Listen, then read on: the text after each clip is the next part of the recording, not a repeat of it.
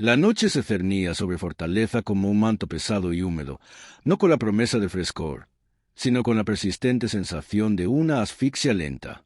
En un recodo olvidado del centro, bajo el tenue y parpadeante resplandor de un farol, la familia Silva se acurrucaba.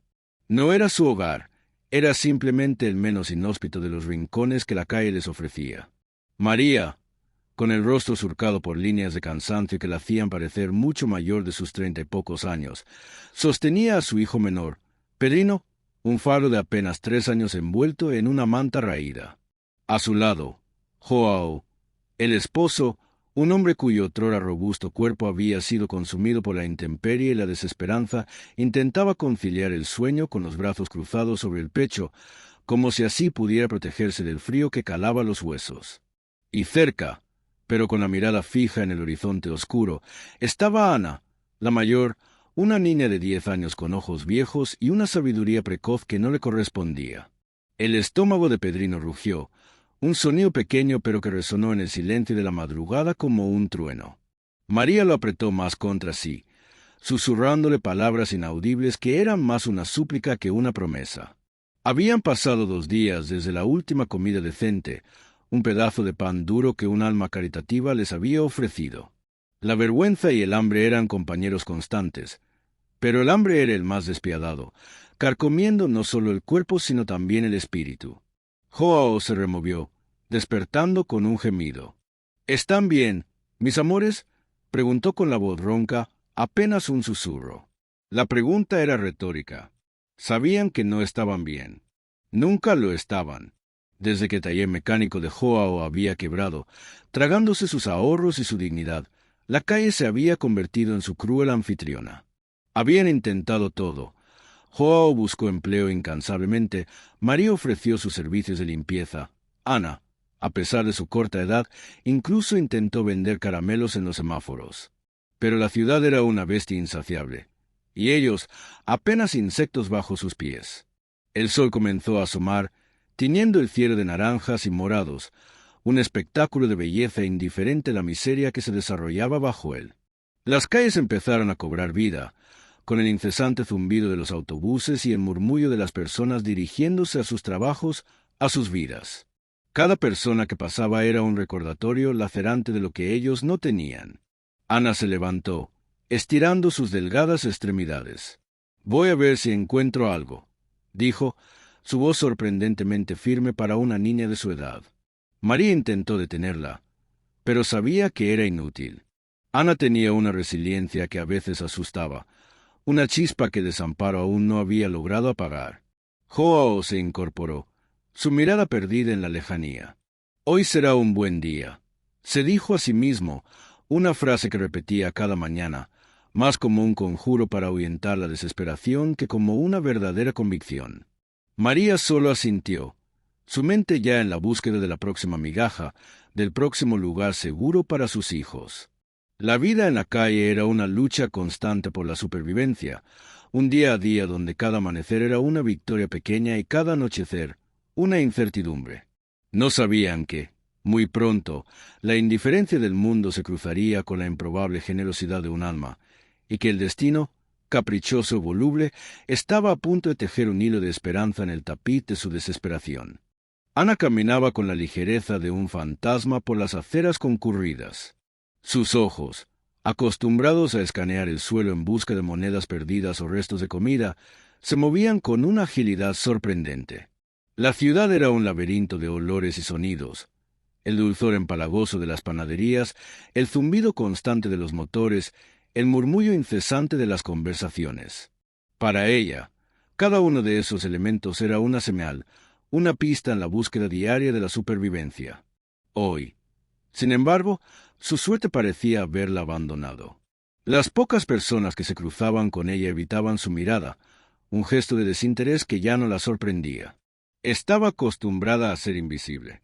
Mientras deambulaba cerca de una plaza bulliciosa, un sonido la detuvo. Era un pequeño gemido, casi inaudible, que provenía de un arbusto. Ana, con la curiosidad innata de la infancia a pesar de la dureza de su vida, se acercó con cautela. Entre las hojas, encontró un cachorro, no más grande que su mano, tembloroso y cubierto de barro. Tenía una pata lastimada y sus ojos, grandes y asustados, la miraron con una súplica silenciosa. El corazón de Ana, endurecido por tantas privaciones, sintió una punzada de ternura. Ella sabía lo que era tener hambre, lo que era sentir el frío, lo que era estar solo desvalido. Olvidando su propia búsqueda, Ana se arrodilló. Extendió una mano temblorosa y el cachorro, sorprendentemente, no retrocedió. Con sumo cuidado, lo tomó en sus brazos.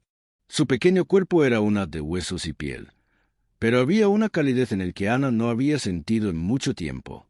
Lo acunó contra su pecho, sintiendo como los temblores del animal disminuían. Pensó en Pedrino, en cómo reaccionaría ante la presencia de un cachorro. Sabía que sus padres, con su propia lucha por sobrevivir, probablemente se opondrían a añadir otra boca que alimentar, pero no podía dejarlo, no después de haberlo encontrado así. Mientras se dirigía de vuelta al lugar donde su familia se acurrucaba, una voz grave y amable la detuvo. «Disculpa, pequeña, necesitas ayuda con ese perrito». Ana levantó la vista. Frente a ella había un hombre. No era como las personas a las que estaba acostumbrada a ver en la calle. Su ropa era impecable. Su cabello gris estaba peinado con cuidado y sus ojos, detrás de unas gafas finas, la miraban con una genuina preocupación. Era Ricardo Andrade, uno de los hombres más ricos de Fortaleza, un magnate de la construcción cuya fortuna era tan vasta como su discreción.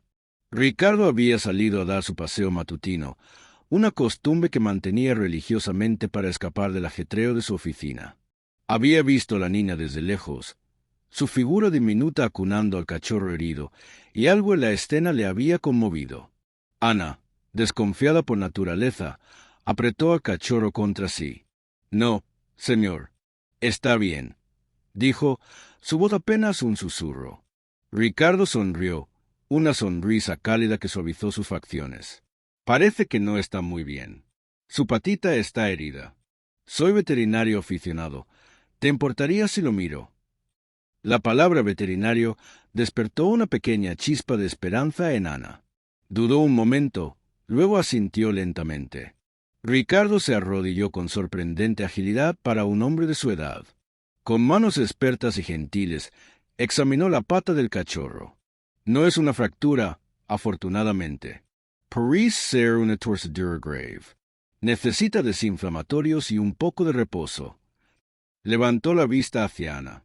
«¿Y tú, pequeña, estás bien? Te veo un poco delgada». Ana bajó la mirada, la vergüenza tiñéndole las mejillas. «Estamos bien», repitió, la misma frase vacía que sus padres utilizaban. Ricardo, sin embargo, era perspicaz. Había visto suficiente en los ojos cansados de la niña y en sus ropas gastadas para saber que bien era lo último que estaban. Se puso de pie. «Mira, tengo un poco de comida en mi coche, algo para el cachorro y algo para ti también. Y si no te molesta, me gustaría invitarte a ti y a tu familia a un desayuno decente. Cerca de aquí hay una cafetería que sirve un café con leche delicioso y unos panes de queso espectaculares». La propuesta era tan inesperada, tan fuera de lo común en la vida de Ana, que tardó unos segundos en procesarla. La perspectiva de un desayuno caliente, de no tener que buscar entre la basura, era una tentación demasiado grande. Miró el cachorro en sus brazos, luego a los ojos amables de Ricardo. Una decisión, que cambiaría para siempre el curso de sus vidas, estaba a punto de ser tomada. Ana asintió lentamente, su mente procesando la magnitud de la oferta. «Un desayuno caliente». La imagen de un pan de queso dorado y humeante se formó en su mente, haciendo que su estómago rugiera de nuevo, esta vez con una anticipación que no conocía. «Sí, señor», dijo, su voz apenas audible. «Pero mi familia, ellos están cerca». Ricardo sonrió. «Comprendiendo. Por supuesto. Lévalos. Te esperaré aquí, junto a mi coche. No te preocupes, tengo espacio para todos».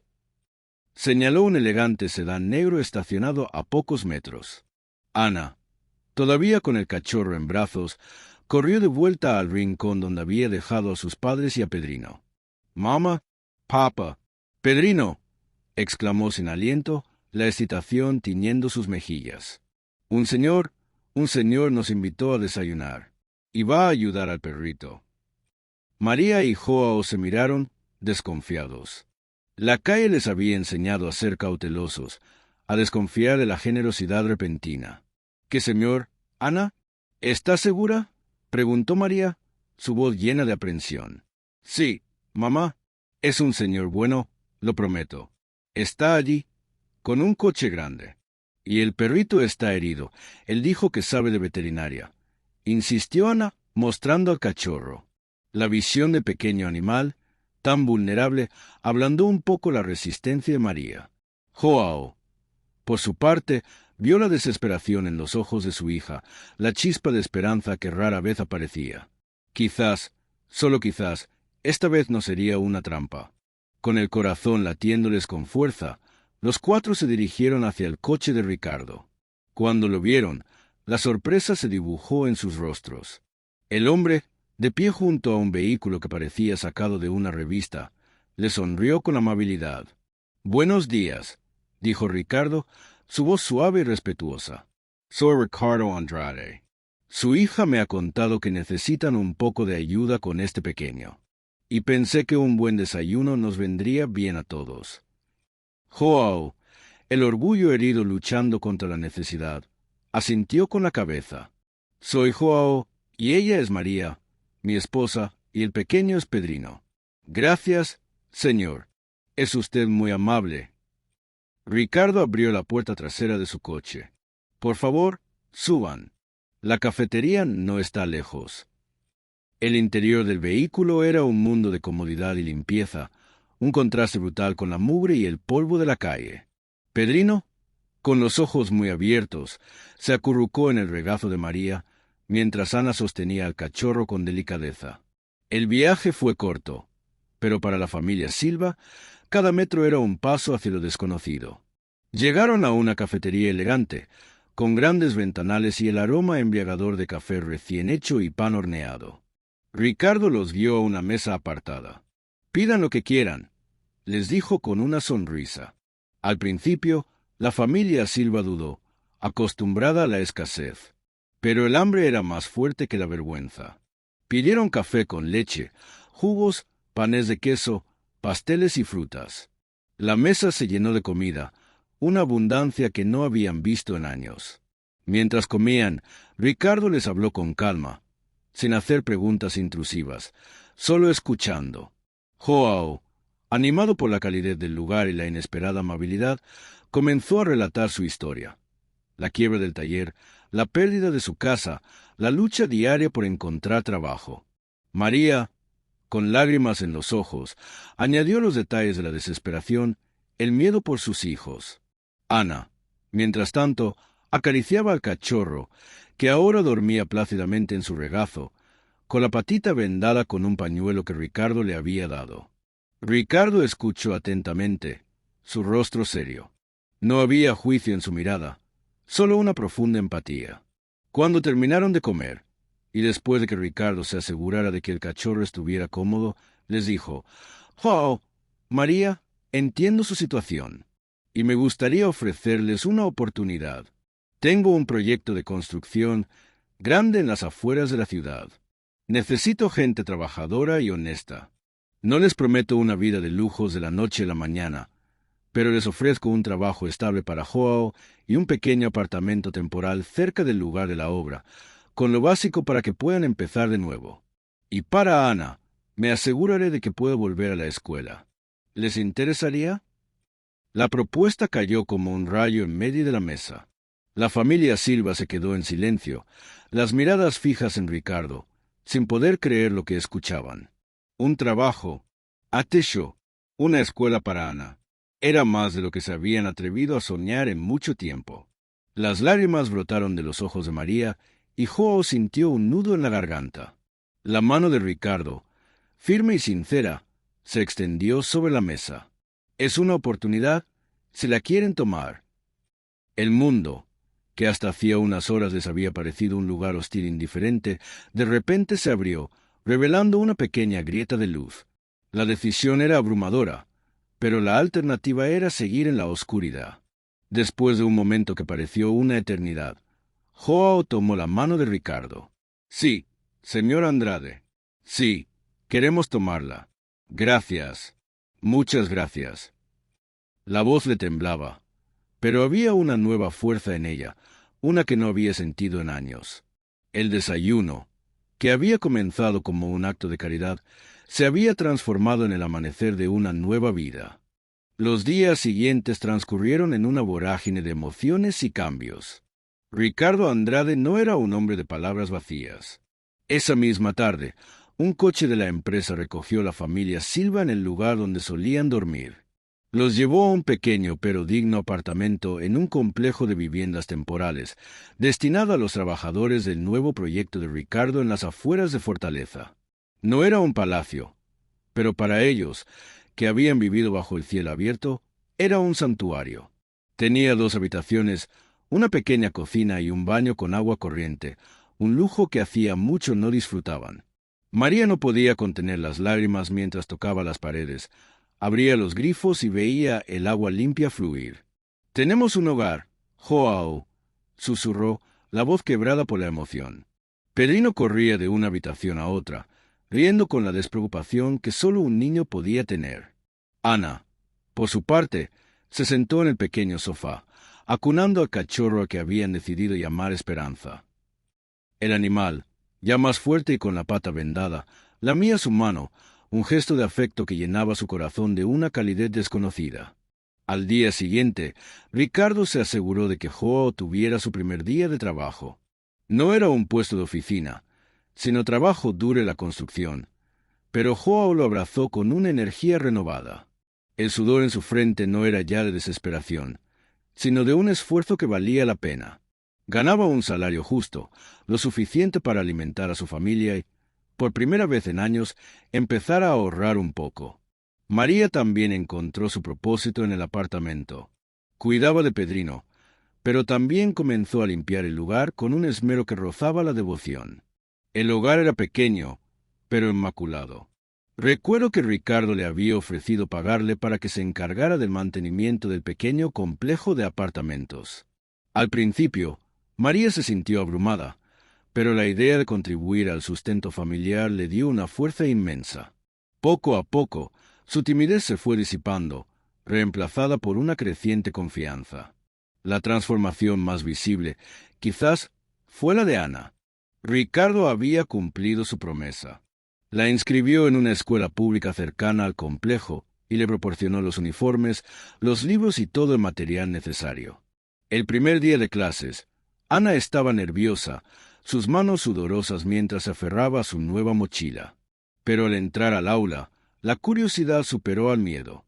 Se sentó en su pupitre, un lápiz nuevo en la mano, y por primera vez en mucho tiempo, su mente se llenó de números y letras en lugar de la constante preocupación por la comida o un lugar seguro para dormir. Aprendía con avidez, absorbiendo cada palabra del maestro, cada nuevo concepto. Las matemáticas y la lectura se convirtieron en sus materias favoritas, y su inteligencia, antes sofocada por las circunstancias, comenzó a brillar. Por las tardes, después de la escuela y de que Joao regresara del trabajo, la familia se reunía en su pequeño apartamento. Comían juntos una comida caliente, compartiendo las historias del día. Pedrino jugaba en el suelo con Esperanza, el cachorro ya más grande y travieso. La risa volvió a resonar en sus vidas, una melodía que creían haber olvidado.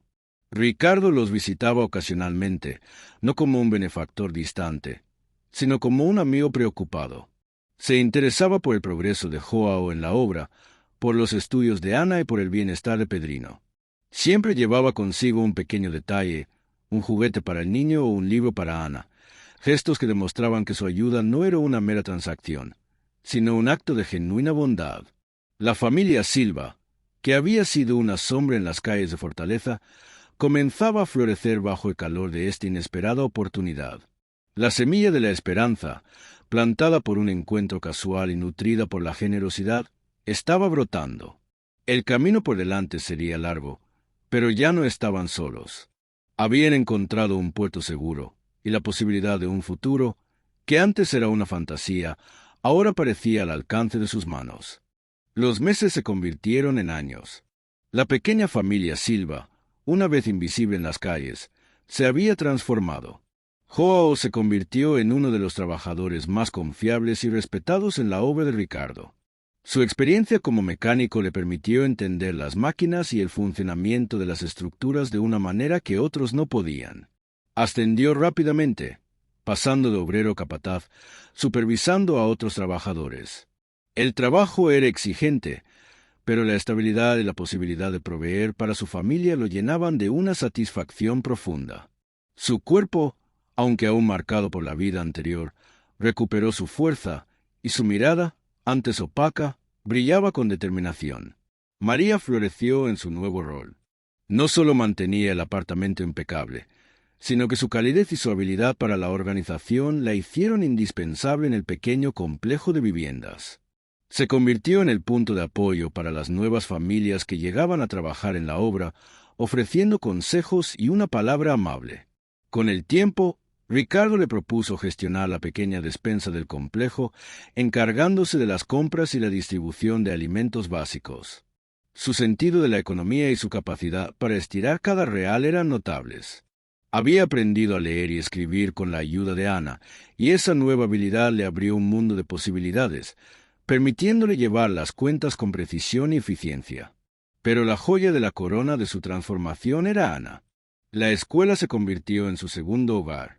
Su inteligencia, antes latente, explotó en un torbellino de conocimiento. Sobresalía en todas las materias, especialmente matemáticas y ciencias. Los profesores hablaban de ella con admiración, destacando no solo su capacidad académica, sino también su tenacidad y su sed de aprender.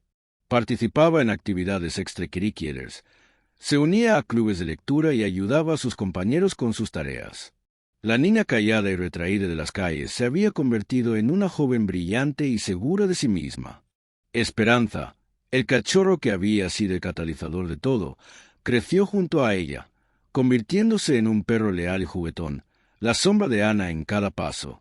Pedrino, ajeno a la dureza del pasado de su familia, crecía sano y feliz. Tenía amigos, jugaba en el parque y su risa resonaba libremente. La nutrición adecuada y un ambiente seguro habían permitido que se desarrollara plenamente, un testimonio viviente del cambio que la familia había experimentado. La relación con Ricardo Andrade también se profundizó. Él no era solo su empleador o su benefactor. Se había convertido en una figura paterna para Ana y Pedrino, y en un mentor y amigo para Joao y María. Les enseñó sobre finanzas, sobre la importancia de la educación y sobre cómo construir un futuro sólido. Los invitaba a su casa en ocasiones especiales, compartiendo cenas y conversaciones que trascendían las barreras sociales. Ricardo veía en ellos no solo a personas a las que había ayudado, sino individuos dignos y talentosos que, con la oportunidad adecuada, podían prosperar. Con el paso del tiempo, el proyecto de construcción de Ricardo prosperó, y la familia Silva, con sus ahorros y la ayuda de Ricardo, logró dar un paso más. No era el apartamento temporal.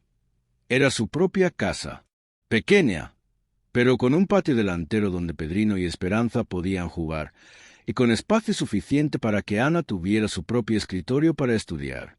Era un símbolo tangible de su esfuerzo, de su resiliencia y de la increíble generosidad que había cambiado sus vidas. Los Silva nunca olvidaron de dónde venían. Cada plato de comida, cada noche en una cama caliente, cada libro de Ana era un recordatorio de la oscuridad de la que habían emergido. Pero también era un testamento a la esperanza, a la bondad inesperada y a la capacidad humana de levantarse, incluso de las cenizas más profundas, cuando se les da una oportunidad. Los años pasaron, tejiendo la vida de la familia Silva con hilos de prosperidad y gratitud. Ana, con su brillantez innegable, obtuvo una beca completa para estudiar ingeniería civil en una de las universidades más prestigiosas de Brasil, un sueño inalcanzable para la mayoría, y menos aún para alguien que había comenzado su vida durmiendo en las calles de Fortaleza. Se graduó con honores. Su tesis sobre el desarrollo sostenible en zonas urbanas marginadas le valió reconocimiento nacional. No olvidó sus raíces. Su primer proyecto profesional fue un programa de viviendas de bajo coste, diseñado para ofrecer dignidad y seguridad a familias en situaciones similares a la que la suya había vivido. Joao, ahora un hombre canoso pero fuerte, se había convertido en el gerente general de las operaciones de campo de la constructora de Ricardo. Su conocimiento práctico y su capacidad para liderar equipos eran invaluables. Había supervisado la construcción de innumerables edificios, puentes y carreteras, contribuyendo al crecimiento de Fortaleza. Pero su mayor orgullo no eran las estructuras de hormigón y acero, sino la base sólida que había construido para su familia. María, con su sonrisa cálida y su corazón generoso, encontró su verdadera vocación. Con el apoyo de Ricardo y los ahorros familiares, abrió una pequeña panadería en el barrio donde vivían, ofreciendo panes frescos y pasteles caseros a precios asequibles. Su panadería se convirtió en un centro comunitario, un lugar donde los vecinos no solo compraban pan, sino que también encontraban consuelo, una palabra amable, a veces una comida caliente gratuita para aquellos que la necesitaban.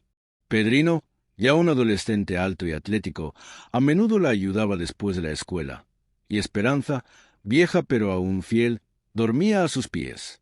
Ricardo Andrade, el millonario cuya bondad había encendido la chispa de la esperanza, observaba la evolución de la familia Silva con una satisfacción profunda. Había invertido en muchas empresas a lo largo de su vida, pero ninguna le había dado una recompensa tan rica como ver a los Silva prosperar.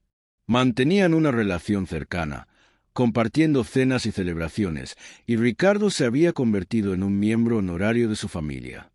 Siempre recordaba el día en que encontró a una niña pequeña con un cachorro herido, un encuentro que había cambiado no solo la vida de los Silva, sino también la suya propia, recordándole el poder de la compasión.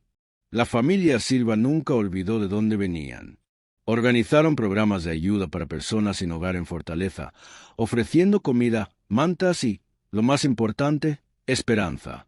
Ana, con su influencia como ingeniera, abogó por políticas públicas que abordaran la pobreza y la falta de vivienda. Joao, con sus contactos en la construcción, ofrecía capacitación y empleo a aquellos que estaban dispuestos a trabajar duro para reconstruir sus vidas. Y María, en su panadería, siempre tenía un pan extra y una taza de café caliente para los menos afortunados. Su historia se convirtió en una leyenda en Fortaleza, un testimonio de que incluso en la oscuridad más profunda, un acto de bondad puede encender una llama que ilumine el camino hacia un futuro inimaginable. La familia Silva, que una vez buscó refugio en las sombras de la madrugada, ahora brillaba como un faro de esperanza, un legado de gratitud y la prueba viviente de que la compasión, cuando se combina con el esfuerzo, tiene poder de cambiar vidas para siempre.